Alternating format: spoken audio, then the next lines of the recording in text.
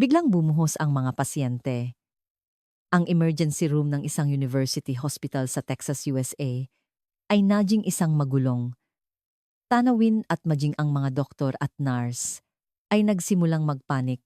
Sa sandaling iyon nang ang lahat ng manual at sistema ng pamumuno ay gumuho, isang nurse ang tahimik na humakbang pasulong. Siya si Liana Reyes, isang bagong Pilipinang nurse na laging binabalewala ng lahat. Sa loob lamang ng 10 minuto na isaayos niya ang magulong emergency room. Ngunit ang nakakagulat, ang kanyang pagkatao ay higit pa sa isang ordinaryong nurse. Ang kwento natin ngayon ay tungkol kay Liana Reyes. Bago magpatuloy ang pag-subscribe at pag-like sa video ay malaking tulong sa aming produksyon. Sa edad na 34 huminga ng malalim si Liana Reyes habang dumadaan sa automatikong pinto ng emergency room ng Texas University Hospital. Malamig ang hangin sa maagang umaga, ngunit mas malamig pa ang pakiramdam sa puso ni Liana.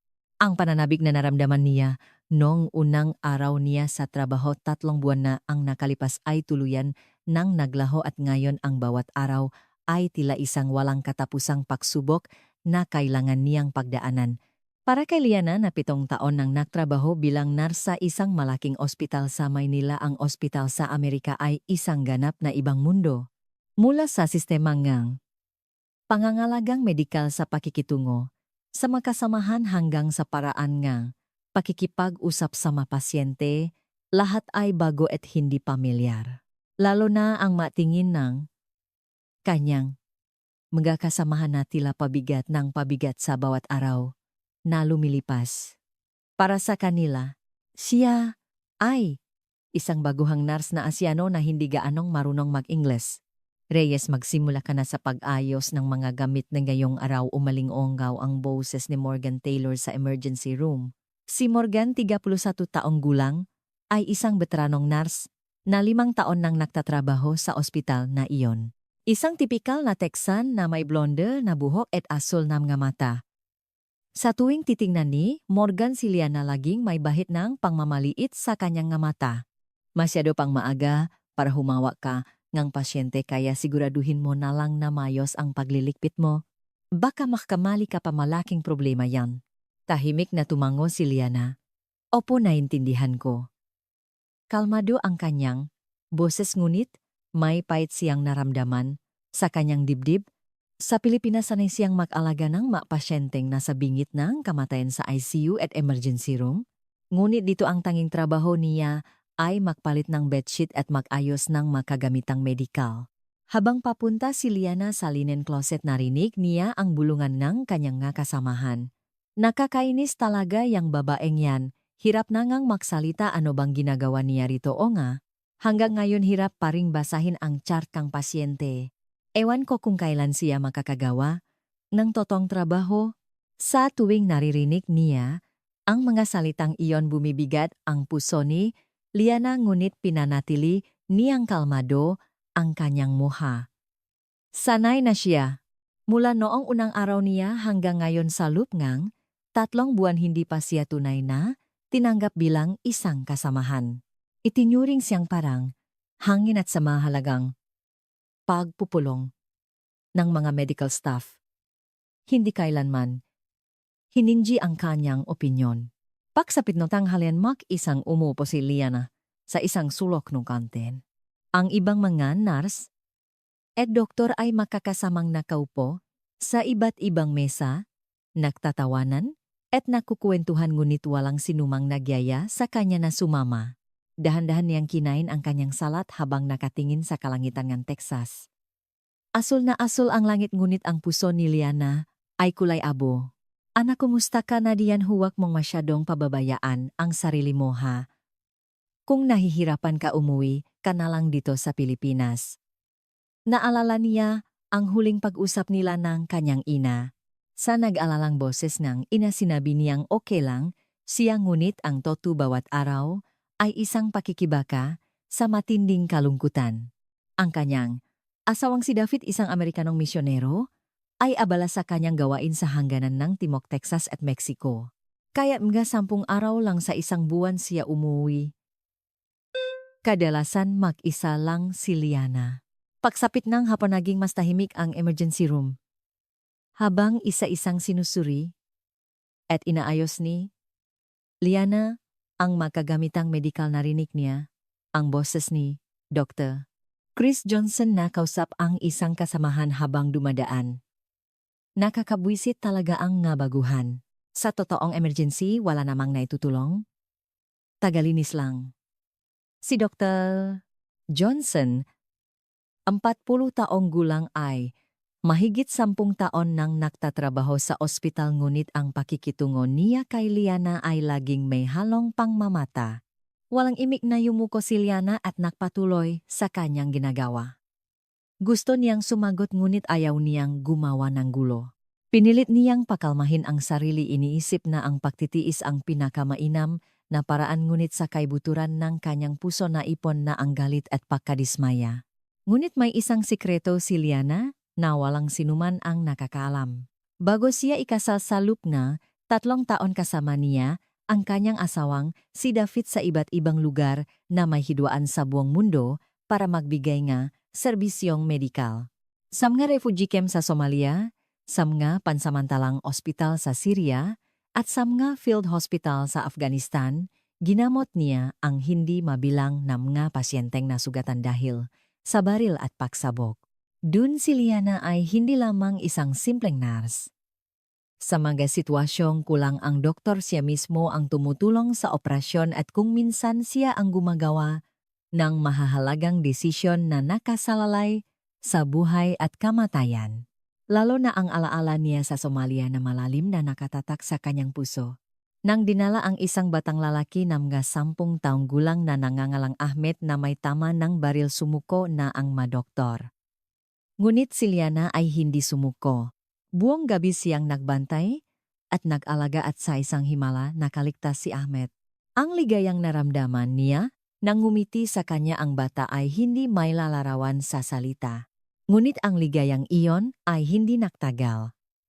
Makalipas ang 3 buwan na balitaan niyang nasawi si Ahmed sa isa na namang armadong sagupaan, gumuho ang mundo ni Liana. Iniligtas ko ang batang iyon, pero sa huli wala ring nangyari, umiyak niyang sinabi sa kanyang asawa. Kahit anong pagsisikap ko na mamatay pa rin ang bata, hindi ko na kaya. Mula noon itinigil ni Liana ang pagbubuluntaryo sa mga lugar na may hidwaan at bumalik sa Amerika kasama ang kanyang asawa. Ngunit ang trauma na iyon ay nananatiling malalim sa kanyang puso.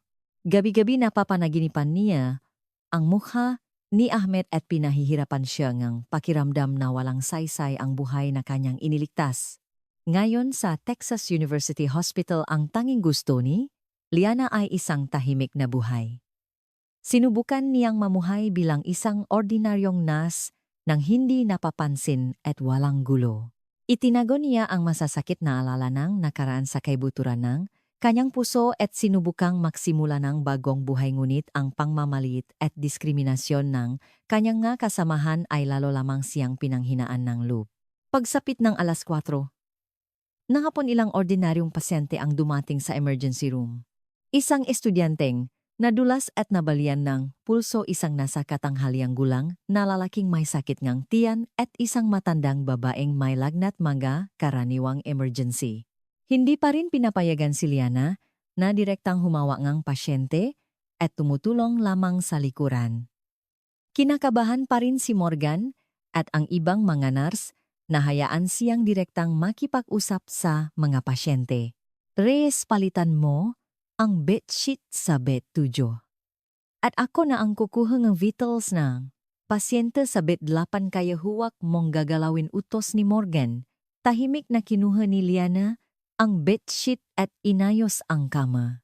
Noong nga sandaling iyon, hinawakan ng 80 taong gulang na lola sa bed 7 ang kanyang kamay. Salamat, iha. Napakagaan ng kamay mo. Ang iba kasi medyo magaspang. Sa mainit na salita nga, lola, panandaliang napangiti si Liana. Ang nga ganitong sandali ang nagbibigay sa kanya ang kaunting ali. Kahit hindi siya pinapansin ng kanyang makasamahan, nararamdaman ng mapasyente ang kanyang sinseridad. Nang tumama ang 5:00, nananatiling payapa ang emergency room. Nahahanda na si Liana para tapusin ang araw sa pamamagitan ng pagsusuri ng mga kagamitang medikal para sa susunod na araw. Ngunit ang payapang hapong iyon ay malapit ng mabasag. Walang sinuman kahit si Liana o sino pa man sa ospital ang nakakalam kung ano ang mangyayari isang oras mula ngayon. Alas 5:30 ng hapon. Mahaharap ang emergency room ng Texas University Hospital sa isang krisis na hindi pa nila naranasan at sa sandaling iyon malalantat ang tunay na pagkatao ni Liana. Alas 5:30 hapon. Ang katahimikan sa emergency room, Texas University Hospital, ay biglang binasag ng sunod-sunod na tunog ng sirena. Una isang ambulansya pagkatapos ay dalawa, at maya-maya pa ay sunod-sunod na sirena ang umaling-aungaw nagdulot ng tensyon sa buong ospital. Itinigil ni Liana ang pag-ayos ng magamit at sumilip sa bintana. Ngunit hindi ito isang ordinaryong aksidente sa kalsada o karaniwang emergency. Lahat ng medical personnel pumunta sa emergency room. Mayroong malawakang insidente na may maraming sugatan. Level 1 trauma alert. Nang umaling-onga ang anunsyo sa buong ospital biglang nagbago ang kapaligiran. Nawala ang pagiging kampante sa mukha ni Morgan at ng ibang nurse na palitan ng matinding tensyon. Maging si Liana ay nagsimulang kabahan ngunit sa halip na takot isang pamilyar na pakiramdam ang kanyang naramdaman. Nang dumating ang unang ambulansya bumukas ang pinto ng emergency room at isang pasyenteng nakahiga sa stretcher ang ipinasok, isang binatang nasa edad 20 may manggatamang ang baril sa tiyan at binti. Ang puting kumot ay basang-basa na sa dugo at halos wala nang malay ang pasyente. Mass shooting po. Nangyari sa downtown shopping mall at tinatayang hindi bababa sa 15 katao ang biktima hingal na ulat ng paramedic. Sa sandaling iyon isang alarma ang tumunog sa isip ni Liana. Mass shooting maraming biktimang baril. Ang salitang ito ay hindi lamang terminong medikal para kay Liana.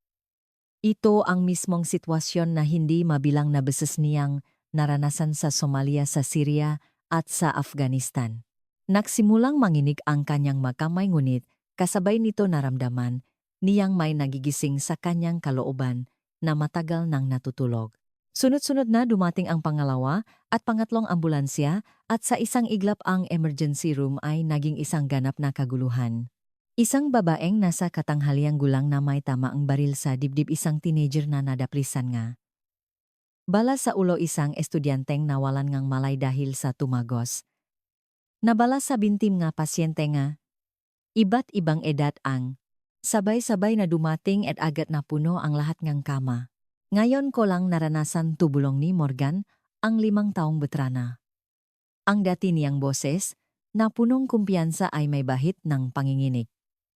Ganun din ang ibang manars. Si Jessica ay nataranta habang sinusubukang kunin ang vitals ng pasyente at si Robert naman ay nanginginig ang kamay habang nahahanda ng blood transfusion. Si Dr. Chris Johnson ay pinagpapawisan habang ginagamot ang unang pasyente, masyadong malakas ang pagdurugo. Handa na ba ang operating room? Ngunit maging ang operating room ay hindi makatugon ng maayos dahil sa biglaang pagdagsangang nga pasyente. Ang medical staff na karaniwang organisado ay nakakagulo at nag-utos sa isa't isa.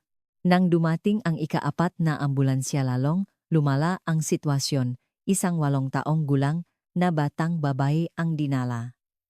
Nadamay siya sa pamamaril habang namimili kasama ang kanyang ina. May bala sa kanyang balikat at kahit may malay umiyak siya sa sakit. Momi ang sakit momi ang iyak ng bata ay umalingaw-ngaw sa buong emergency room. Sa sandaling iyon naalala ni Liana si Ahmed mula sa Somalia, ang imahe nga umiiyak na batang lalaki na may tamangang baril ay sumagi sa kanyang isipan na tila nag-overlap sa batang babay sa kanyang harapan. Nanikip ang dibdib ni Liana ngunit kasabay nito naramdaman niyang sumabo ang isang bagay na matagal na niyang pinipigilan. Ang batang ito, hindi ko hahayaang mawala ang batang ito, isang malakas na determinasyon ang umusbong sa kanya. Habang sunod-sunod na dumarating ang ika-5 at ika-6 na pasyente tuluyan nang nawalan ng kontrol ang emergency room. Limitado ang bilang ng staff ngunit patuloy ang pagdating ng mapasyente at hindi na nila matukoy kung sino ang unahing gamutin. Mas kritikal yata ang pasyenteng ito hindi, mas malakas ang pagdurugo ng pasyente doon nagsimula ng makaroon ng hindi pagkakasundo sa pagitan ng staff. Dumating ang hospital director na si Charles Milton sa emergency room anunit maging siya ay kulang sa karanasan sa ganitong kalaking insidente. Sundin ninyo ang manual. Sundin ang manual ngunit ang totowalang detalyadong manual para sa ganitong sitwasyon. Ang Texas University Hospital ay sanay sa mga karaniwang emergency ngunit kulang sa paghahanda para sa malawakang insidenteng pamamaril na parang nangyayari sa isang digmaan o terorismo. Nang dumating ang ikapitong pasyente halos magpanik na ang lahat. Hindi alam nga nurse kung saan magsisimula habang ang nga doktor ay nakatutok lamang sa iisang pasyente at walang kakayahang asikasuhin ang iba. Ang pinakamalaking problema ay ang hindi maayos na pag-uri-uri nga pasyente ang tinatawag na triage. Sa medisina ang triage ang pinakamahalagang proseso sa isang mass casualty incident. Kailangang mabilis at tumpak na matukoy kung sino ang nangangailangan ng agarang operasyon, kung sino ang nasa matatak na kondisyon at kung sino ang dapat unahin upang mailigtas ang buhay. Ngunit sa halip na isang sistematikong paguri, ginagamot nila ang mga pasyente base sa kung sino ang unang dumating na, lalo lamang nagdulot ng kaguluhan. Sino ang gagawa ng triage sigaw ni Dr. Johnson ngunit walang makasagot ng malinaw. Karaniwan isang bihasang emergency medicine specialist ang gumagawa nito ngunit wala siya dahil sa isang kumperensya. Ang ibang mga doktor ay abala sa paggamot at walang kakayahang tingnan ang buong sitwasyon. Nun si Liana na tahimik na nakatayo sa isang sulok ay dahan-dahang kumilos. Nagbago ang kanyang mamata. Hindi na ito ang mga matang isang mahiyain at baguhang nurse kundi ang mga matang isang eksperto na hindi mabilang na beses nang nagligtas ng buhay sa bingit ng kamatayan. Huminga siya ng malalim at bumulong sa sarili. Hindi na ako pwedeng magtago.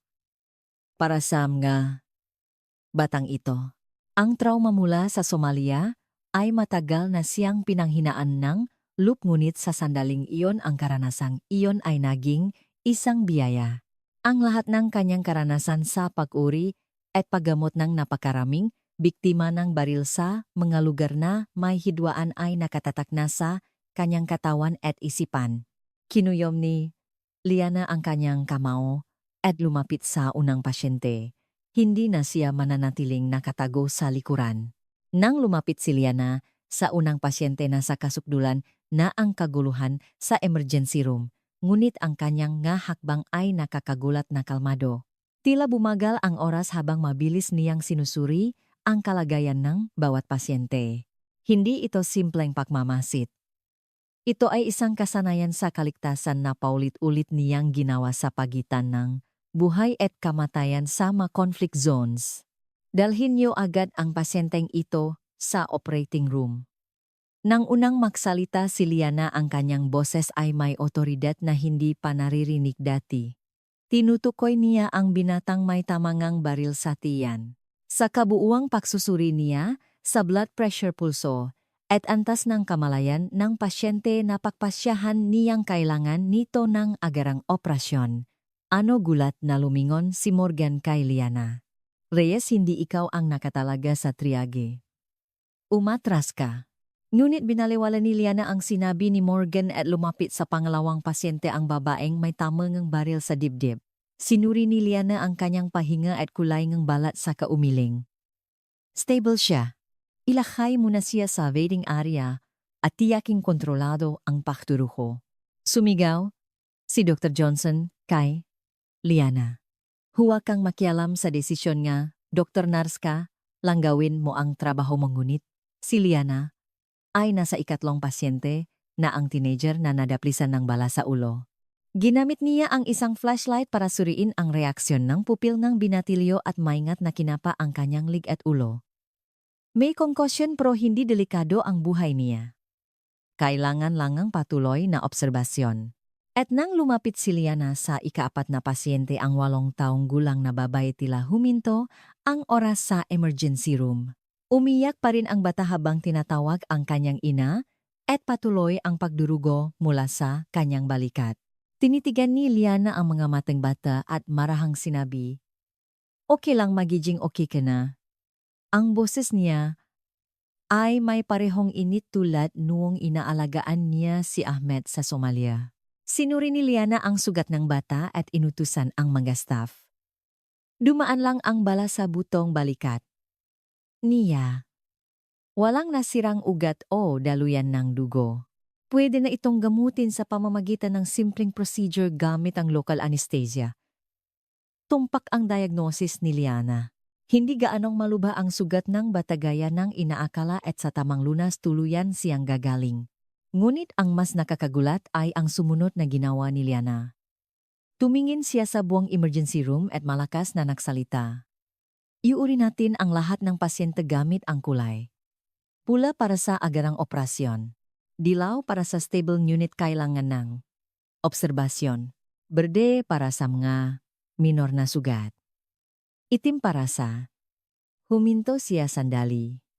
Ang itim ay para sa pasyenteng hindi na maililigtas. Sa kabutihang pala't wala pang ganoong kaso. Sino ang nagbigay sa iyo ng karapatang yan? Galit na lumapit si Morgan kay Liana.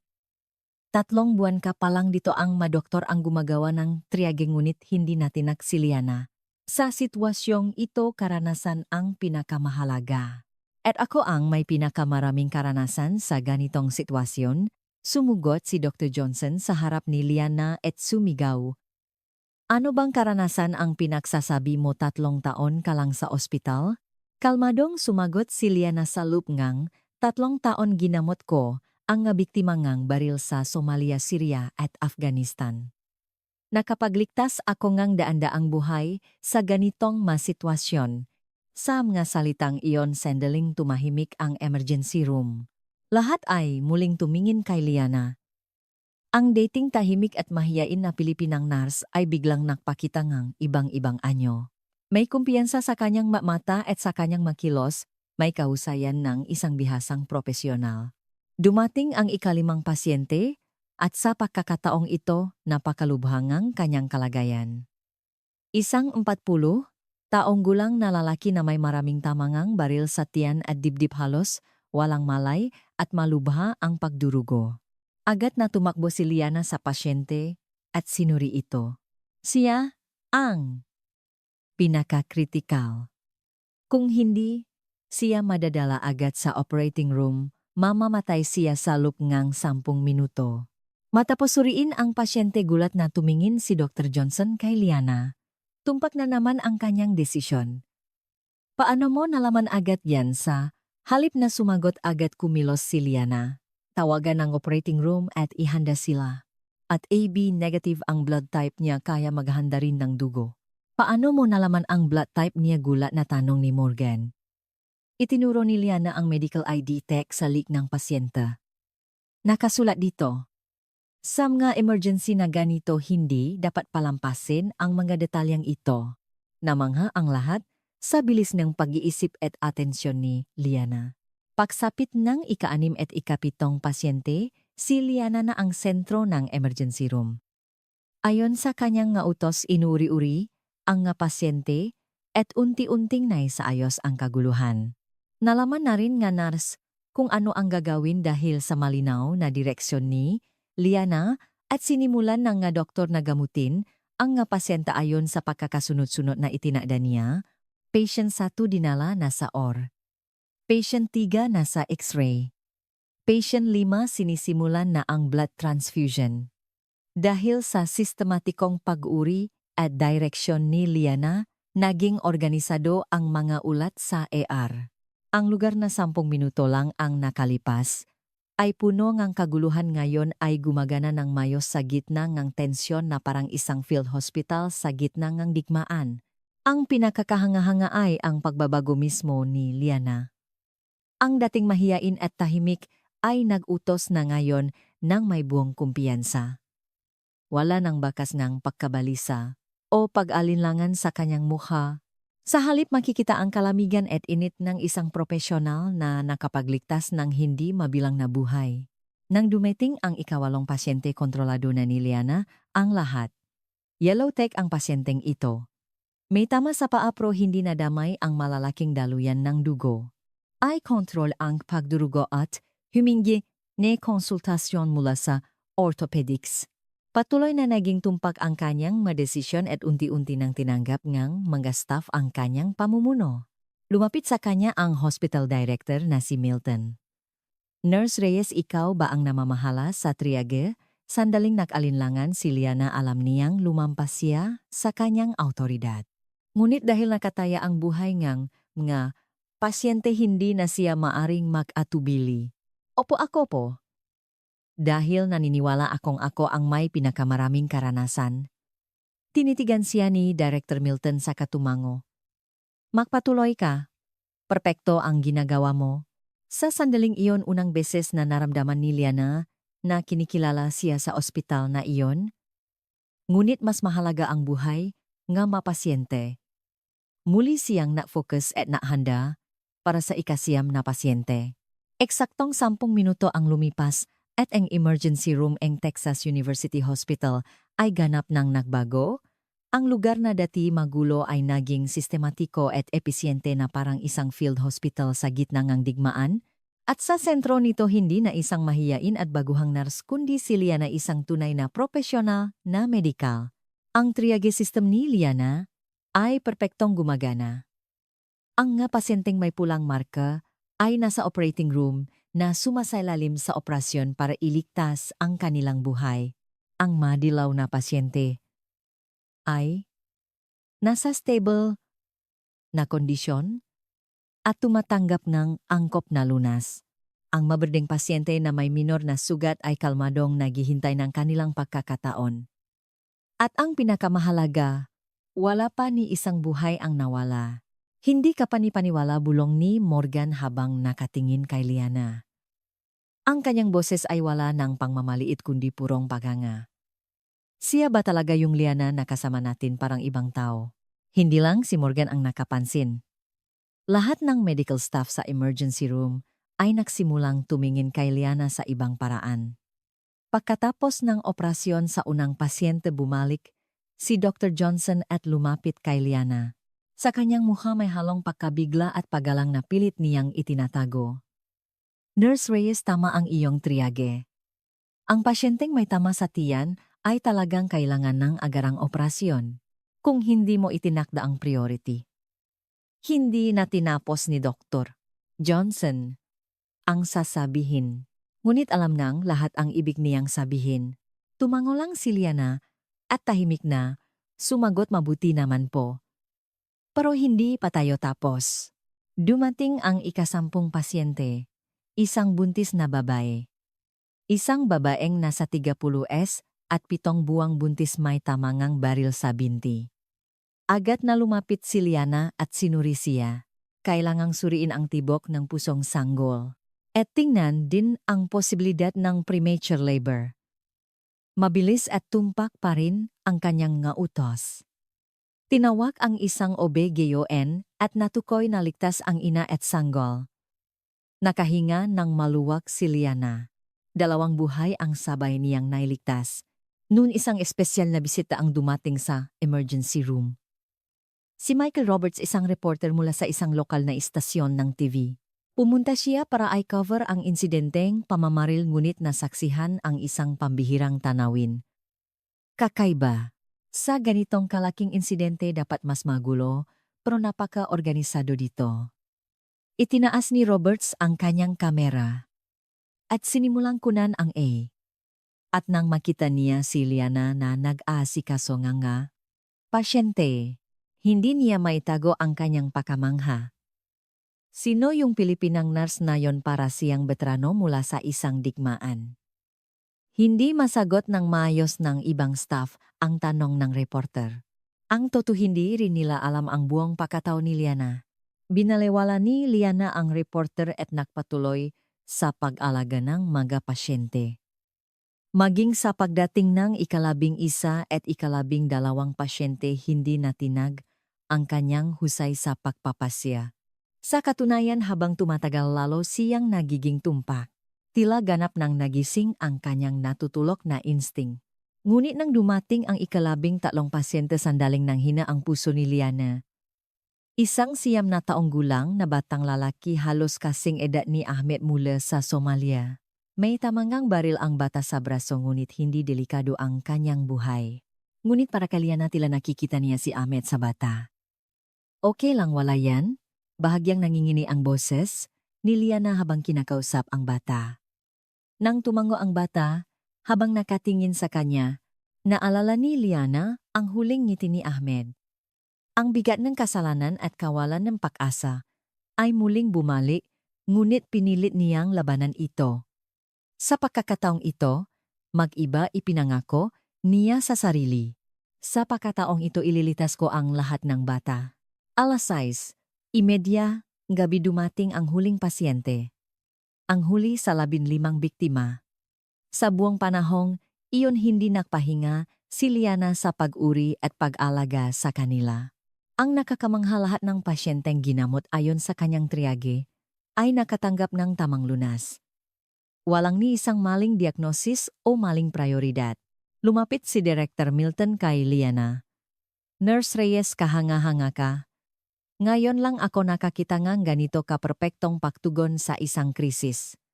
Kung wala ka hindi ko alam kung gaano karaming buhay ang nawala ngayon. Sumang-ayon ang ibang mga staff sa sinabi ng director. Ngunit nanatiling mapagkumbaba si Liana. Ginawa ko lang po ang dapat. Tungkulin ng medical staff na iligtas ang buhay ng pasyente. Narinig ng reporter na si Roberts ang sinabi ni Liana at biglang nagulat. May pamilyar siyang narinig sa boses nito, sandali. Ikaw ba yung... Kinuha ni Roberts ang kanyang telepono at nagsimulang mag-search.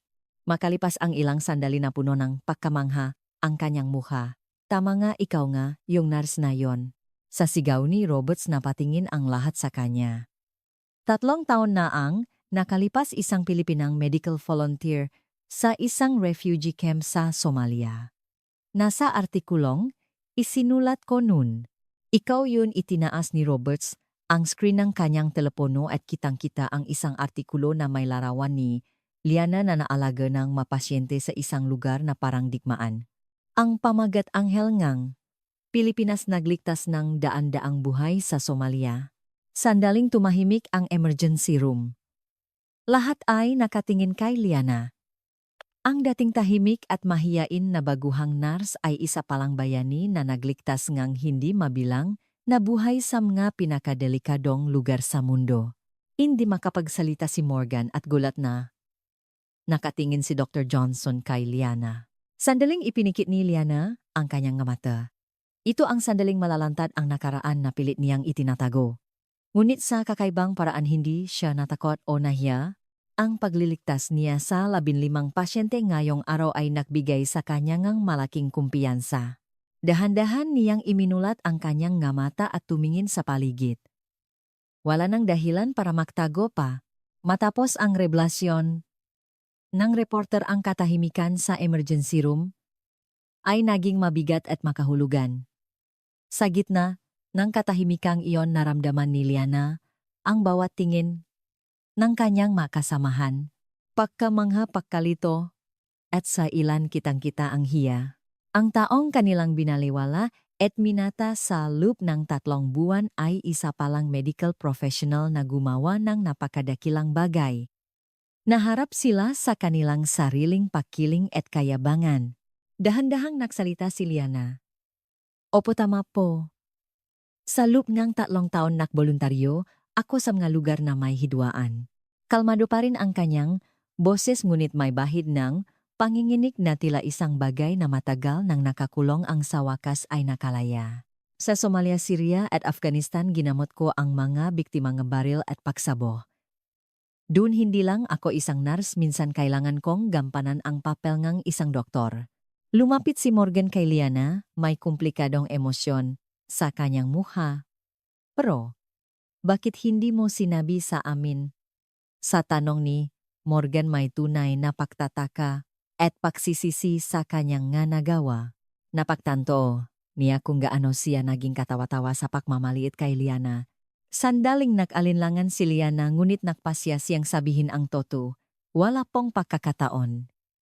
At bahagyang nanginig ang kanyang boses ang totoo po nakaroon akong trauma dahil sa karanasang iyon. Ang batang pinahirapan kong iligtas ay namatay din sa huli dahil sa pamamaril. Pagkatapos nun nawalan na akong tiwala sa sarili kong gawin ulit iyon. Sa pag-amin ni Liana lalong naging seryoso ang kapaligiran. Nagsimulang maintindihan ng lahat kung bakit napakatahimik ni Liana kung bakit ayaw niyang ipakita kung sino talaga siya. Hindi ito dahil sa pagiging mahiyain kundi dahil sa malalim na sugat at trauma. Lumapit si Dr. Johnson sa harap ni Liana, kitang-kita ang hiya sa kanyang muha. Nurse Reyes, hindi Liana. Patawarin mo ako. Nanginginig ang kanyang boses. Masyado kitang minata.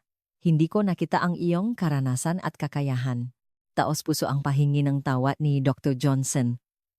Lubos niyang naramdaman kung gaano siya naging hangal. Itinutok ng reporter na si Roberts ang mikropono kay Liana. Liana, sigurado akong gustong malaman ng manonot may espesyal bang dahilan kung bakit ka muling kumilos sa ganitong sitwasyon ngayon. Sandaling tumingin si Liana sa 8 taong gulang na babae. Stable na ang bata at yakap-yakap ngang kanyang ina. Nang makita ko ang batang iyon, huminto sandali si Liana. Naalala ko si Ahmed, ang batang inalagaan ko sa Somalia. Bumalik ang sakit ng pagkawala niya, pero kasabay nun napagtanto ko na hindi ko pwedeng talikuran ang mga bata sa kasalukuyan dahil lang sa sakit ng nakaraan.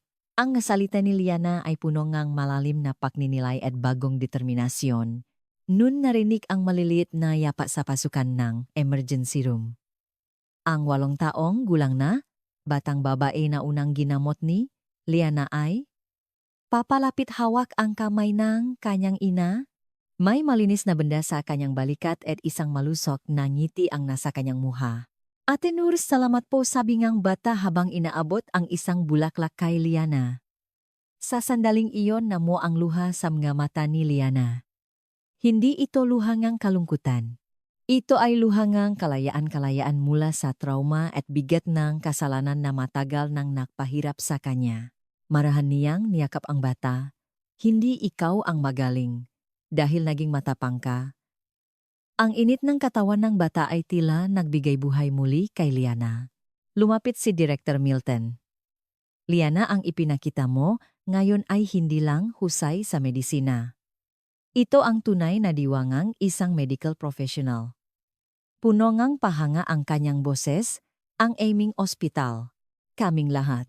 Marami kaming dapat matutunan sa iyo. Isa-isang lumapit ang ibang mas staff para humingi ng tawad at magpasalamat. Patawad, talaga Liana.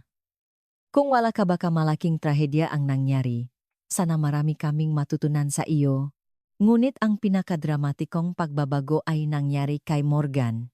Siya na pinakamatindi ang pangmamalit kay Liana ay yumuko ng malalim. Liana, patawarin mo ako. Nanginginig ang kanyang boses. Masyado akong naging mapanghusga. Hindi ko nakita ang tunay mong pagkatao. At hindi doon natapos ang kanyang sinabi. Liana, kung sakaling magpasya kang bumalik sa medical missions. Tinitigan ni Morgan ang mamata ni Liana. Pwede ba akong sumama? Gusto kong matutunan mula sa iyo kung ano ang ibig sabihin ng pagiging isang tunay na medical professional. Taos puso ang alok ni Morgan. Dahil kay Liana napagtanto niya kung gaano kaliit ang mundong kanyang ginagalawan. Hinawakan ni Liana ang kamay ni Morgan. Oh, naman Morgan. Pwedeng-pwede. Sa sagot ni Liana tumulo ang luha mula sa mga mata ni Morgan. Ito ay luha ng pagsisisi at pag-asa para sa isang bagong simula. Kinunan ng reporter na si Roberts ang lahat ng pangyayari. Mga manonot, ang nasasaksihan ko ngayon ay hindi lang isang pagtugon sa isang trahedya. Ito ay isang tagumpay ng sangkatauhan laban sa diskriminasyon at pagkiling. Tumingin si Liana sa paligid at huminga ng malalim. Ang lahat ng nyari sa isang araw ay parang panaginip. Sa umaga isa siyang minamatang baguhan. Ngayon isa na siyang iginagalang na propesyonal. Ngunit ang mas mahalaga muli, niyang natakpuan ang kanyang misyon. Tumunog ang kanyang telepono. Ang asawa niyang si David. Liana, napanood ko sa balita. I'm so proud of you. Puno ngang pagmamalaki ang boses ni David. Kung gusto mong bumalik sa gawaing iyan, sasamahan kita. Magsimula tayong muli. 7:00 ngang gabi natapos na ang paggamot sa huling pasyente, lahat ng 15 biktima ay nalunasan at walang nasawi. Isa itong himala. At sa sentro ng himalang iyon ay si Liana na nagtagumpay laban sa diskriminasyon upang ipakita ang kanyang tunay na sarili. Nang gabing iyon ang Texas University Hospital ay naging isang ibang lugar. Nagsimula ang araw sa isang kakilakilabot na trahedya, ngunit nagtapos ito sa isang kwento ng pagkakaisa at dangal ng tao. Ngunit ang tunay na pakbabago ay nagsisimula pa lamang. Umakyat si Liana sa rooftop ngang ospital at pinakmasdan ang kalangitan ngang Texas. Sa ilalim nga nagniningning na bituin naramdaman niya ang pagbabagong nagaganap sa kanyang puso. Ang kawalan na pag-asa na naramdaman niya nang mawala si Ahmed sa Somalia ay nagkaroon ng bagong kahulugan. Ang sakit ng pagkawala ay naging lakas para magligtas ng mga bagong buhay. Hindi na ako pwedeng tumakas, bulong niya sa sarili. Ang karanasan sa pagliligtas ng 15 pasyente ay nagbigay sa kanya ng isang malakas na realisasyon na binaliwala niya ang kanyang kasalukuyang misyon dahil sa pagkakakulong sa traumangang nakaraan. Kinuha niya ang kanyang telepono at nag-text sa asawang si David. Mahal, magsimula tayong muli. Sa pagkakataong ito, kasama ang mas maraming tao. Kinabukasan ang kapaligiran sa emergency room ay ganap ng nagbago. Nang pumasok si Liana, isa-isang lumapit ang kanyang nga kasamahan para batiin siya. Liana, salamat sa ginawa mo kahapon. Marami kaming natutunan. Wala na ang mamapang matang tingin. Napalitan itong pagalang at pakilala. Lumapit si Morgan. Liana, pinag-isipan ko buong gabi. Gusto ko talagang sumama sa iyo sa medical missions. Kailan tayo magsisimula? Puno ngang sinseridad ang kanyang boses. Ngumiti si Liana habang hawak ang kamay ni Morgan. Dahan-dahan lang. Ang pagboboluntaryo sa mga conflict zones ay hindi lang tungkol sa kaalaman sa medisina. Mas mahalaga ang paghahanda ng puso. Tumango si Morgan. Pagsapit ng tanghalian, isang sorpresa ang nangyari. Dumating sa ospital si Emily, ang 8 taong gulang na batang ginamot ni Liana, kasama ang kanyang ina. May hawak siyang drawing at isang maliit na sulat. Nasaan po si Ate Liana? Tanong niya. Nang makita ni Liana si Emily, lumuhod siya para maging maka-level sila. Emily, bakit ka nandito? May masakit ba sa iyo? Umiling si Emily at iniabot ang drawing. Nakaguhit doon ang isang anghel na nakaputing uniforme, inaalagaan ang mga may sakit. Ang muha nga, anghel ay kamuha ni Liana. Ikaw po ito, Ate Liana. Dahil tinulungan mo ako na parang isang anghel. Iniabot din niya ang sulat. Nakasulat doon sa sulat kamay ng isang bata, Ate Liana, salamat po. Dahil sa iyo, nabuhay ako. Paglaki ko, gusto ko ring maging tulad mo para tulungan ang may sakit. Tumulo ang luha mula sa mga mata ni Liana. Ito ay luha ng paasa at bagong misyon. Ang dalisay na puso ni Emily ang nagilom sa huling sugat na natitira sa kanyang puso. Lumapit ang ina ni Emily, si Sarah. Liana, maraming salamat. Kung hindi dahil sa iyo ba nawala na ang anak ko. Nag-alok si Sarah, nagtatrabaho po ako sa isang local charity. May paraan po ba para masuportahan namin ang iyong medical missions? Gusto naming tumulong. Ang alok na ito ay nagbukas ng bagong pinto para kay Liana. Nang hapong iyon, ipinatawa ni Director Milton si Liana sa kanyang opisina. Naroon ang mamatataas na opisyal ng ospital. Liana, umupo ka. Nagdesisyon na kami. Seryoso ngunit mainit, Ang tono ng director. Ang Texas University Hospital ay magtatatag ng isang International Medical Volunteer Corps. At gusto ka naming italaga bilang pinuno nito. Nagulat si Liana. Isinasaalang-alang namin ang iyong karanasan at husay paliwanag ng isa pang opisyal. Layunin nitong magpadala ng medical team sa malugar na nangangailangan. Kailangang may bahagi ang iyong kaalaman. Nakisip si Liana. Ito ay isang oportunidad na bumuo nga isang sistematikong programa ngang tulong. Salamat po, pero hindi ko ito kaya maisa. Kailangan ko nga kasama. Bumukas ang pinto at pumasok si Morgan. Gusto ko pong sumali sa volunteer corps. Kasunod niya si Dr. Johnson at iba pang mga nurse. Kami rin. Nice naming maging tunay na medical professionals tulad mo. Ngumiti si Director Milton. Liana, no? Sa tingin mo sasama ka ba sa amin sa bagong simula na ito? Tumingin si Liana sa taos pusong matangang kanyang makasamahan. Ang madating ng mamata sa kanya ay handa ng sumama sa isang marangal na layunin. Opo, sasama po ako, nakpalakpakan ang lahat. Sa wakas natakpuan na ni Liana ang landas na nag-uugnay sa kanyang nakaraan kasalukuyan at hinaharap. Mabilis na kumalat ang balita. Ang kwento ni Liana at ang pagtatatag. NG, International Medical Volunteer Corps, ay naging pambansang balita, nagdulot, NG, malaking epekto sa komunidad. NG. Ngunit ang tunay na pagbabago ay nagaganap sa pusong gumagataw. Nga. Sumunod na linggo dumaksa ang nga bisita sa ospital. Mga doktor at nurse mula sa iba't ibang estado na gustong sumali mga estudyanteng humihingi ng payo at maging mga ordinaryong mamamayan, mga retiradong sundalo guro at estudyante na gustong tumulong. Naantik si Liana. Ang kanyang munting kilos ay nagbigay inspirasyon sa napakaraming tao ngunit kasabay nito, naramdaman niya ang bigat ng responsibilidad. Isang araw ipinakita ni Morgan ang isang pahayagan kay Liana.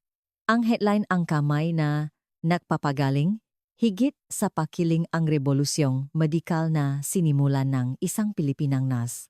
Tinalakay sa artikulo hindi lang ang kwento ni Liana kundi pati na rin ang malalim na isyu ng diskriminasyon sa lahi sa sistemang medikal ng Amerika. Nang hapong iyon pinangunahan ni Liana ang unang opisyal na pulong ng Volunteer Corps. 15 medical professionals. Ang dumalo lahat ay voluntaryo. Gusto kong linawin, simula ni Liana. Ang gawaing ito ay hindi madali. Hindi lang tayo nagbibigay ng serbisyong medikal, pinangangalagaan natin ang dignidad ng tao. Ibinahagi niya ang kanyang karanasan sa Somalia, ang sakit ng pakawalan ni Ahmed at ang aral na natutunan niya.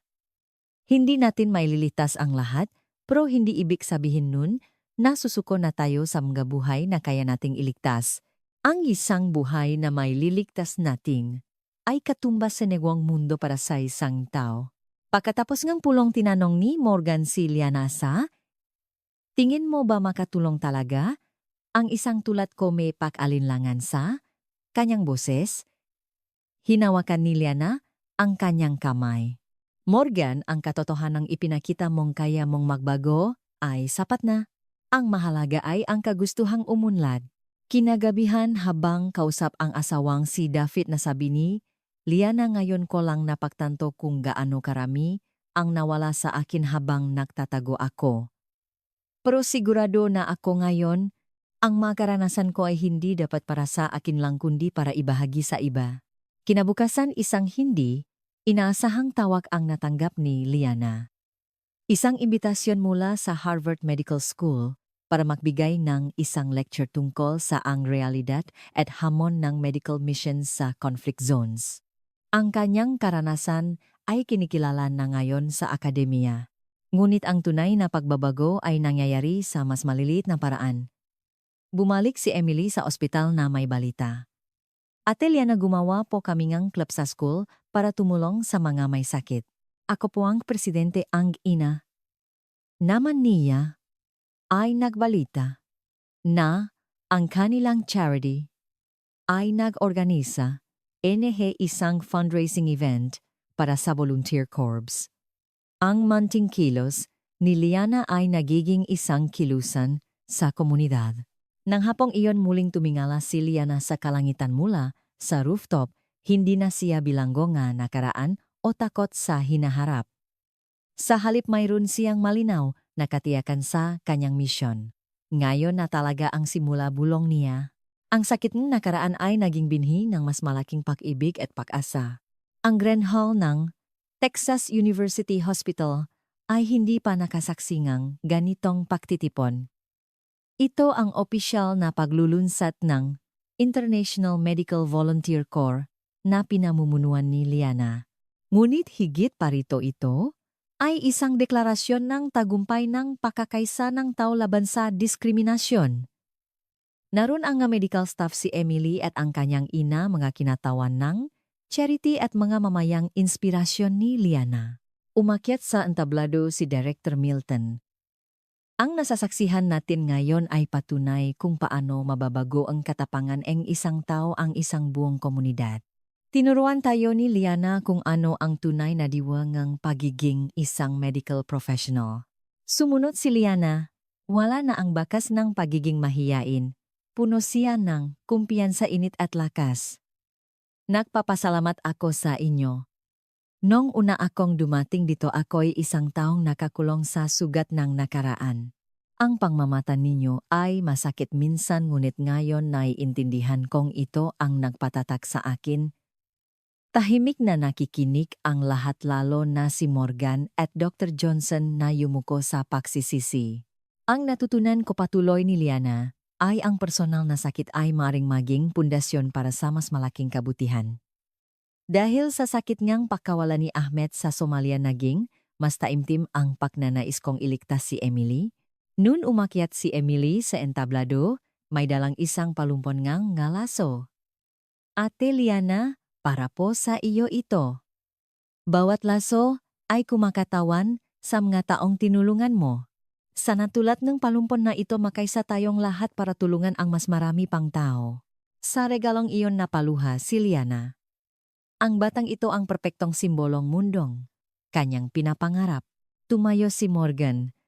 Gusto kong humingi ng tawad sa publiko kay Liana at sa lahat ng taong hinusgahan ko. Tinuruan ako ni Liana ng tunay na kahulugan ng pagpapatawad. Sa kabila ng aking kamalian tinanggap niya, ako bilang kasama at binigyan ng pagkakataong magbago. Tumayo rin si Dr. Johnson, ganun din ako. Natutunan ko mula kay Liana na hindi sapat ang kaalaman at kasanayan. Kailangan ng tunay na pagmamahal at paggalang sa buhay. Isang hindi inaasahang panauhin ang dumating ang gobernador ng Texas. Nurs Reyes, sa ngalan ng Estado ng Texas, nagpapasalamat kami.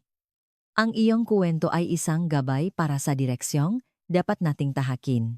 Nangako ang gobernador ng suporta mula sa gobyerno para sa Volunteer Corps, isang mahalagang sandali kung saan ang pagsisikap ng isang tao ay nagbunga ang pagbabago sa sistema. Sa pagtatapos muling nagsalita si Liana. Ang pinakakahanga-hanga ngayon ay ang inyong kagustuhang magbago. Lahat tayo ay hindi perpekto. Ang mahalaga ay ang pagsisikap na maging mas mabuting tao. Ang layunin ko ay hindi lang magbigay na serbisyong medikal kundi ang lumikha ng isang mundo kung saan ang lahat anuman ang pinakmulan ay kinikilala at iginagalang. Nakpalakpakan ang lahat. Sa gitna ngang palakpakan naalala ni Liana si Ahmed. Hindi man niya nailigtas, ang bata, ang sakit na iyon, ang naging daan para mailigtas ang marami pang iba. Sanggitine. Emily naramdaman niyang buhay. Ang alala ni Ahmed. Pagkatapos seremonya lumapit si Emily. Ate Liana, paglaki ko po pwede, rin po ba akong maging tulad mo? Niyakap siya ni Liana. Mas matapang at mas mabuti ka na kaysa sa akin. Anuman ang maging ikaw, sigurado akong marami kang matutulungan. Nang gabing iyon habang pinagmamasdan, ang ngabituin kasama si David, ngumiti si Liana. Hindi ako ang nagbago sa kanila, sabi niya. Ginising ko lang ang kabutihang matagal nang nasa puso nila. Sa ilalim nga, malawa na kalangitan ng Texas, naramdaman ni Liana na nagsisimula pa lang ang kanyang paglalakbay. Ang personal na sugat, ang pagilom, ang pagkakaisa at ang malaking pagbabagong dulot ng munting katapangan, lahat ay naging isang magandang kwento. Ngunit ang tunay na kwento ay isusulat pa lamang kasama ang lahat ng taong nakasama niya. At sa malayong kalangitan ng Somalia, naniniwala siyang nakangiti rin ang kaluluwa ni Ahmed, binabasbasan ang kanyang bagong simula.